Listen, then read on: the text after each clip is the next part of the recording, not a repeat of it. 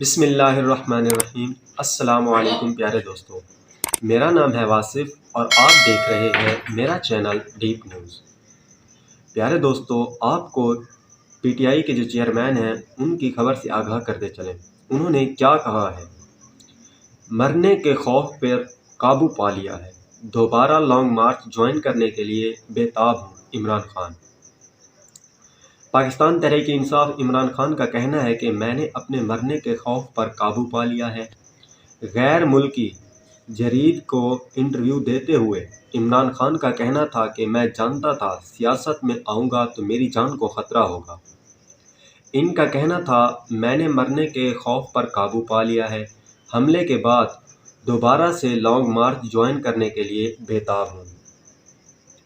مزید انہوں نے کہا کبھی نہیں سوچا تھا میری مرضی کا آرمی چیف ہوگا، ہمیشہ میرٹ پر فیصلہ کرنے کا سوچا تھا۔ عمران خان کا کہنا تھا کہ میری اہلیہ کو مجھ پر حملے کا ٹی وی سے پتہ چلا، اہلیہ کو لگا میں ٹھیک ہوں، انہیں اندازہ نہیں تھا کہ مجھے 3 گولیاں لگی ہیں۔ یاد رہے کہ 3 نومبر کو پی ٹی آئی کے لانگ مارچ کے دوران عمران خان وزیر آباد میں قاتلانہ حملے میں زخمی ہو گئے تھے۔ عمران خان نے آج راولپنڈی جلسے کا اعلان کر رکھا تھا اور ان کا کہنا تھا کہ زخمی ٹانگ کے باوجود میں راولپنڈی پہنچ کر جلسے کی قیادت کروں گا۔ انہوں نے کہا کہ میری زندگی کو خطرات ہیں اور زخمی ہونے کے باوجود قوم کے لیے راولپنڈی جا رہا ہوں۔ عمران خان نے اپنے پیغام میں کہا کہ میری قوم میرے لیے بہت عزیز ہے۔ یاد رہے کہ عمران خان 3 نومبر کو پی ٹی آئی کے لانگ مارچ کے دوران وزیر آباد میں قاتلانہ حملے میں زخمی ہو گئے تھے۔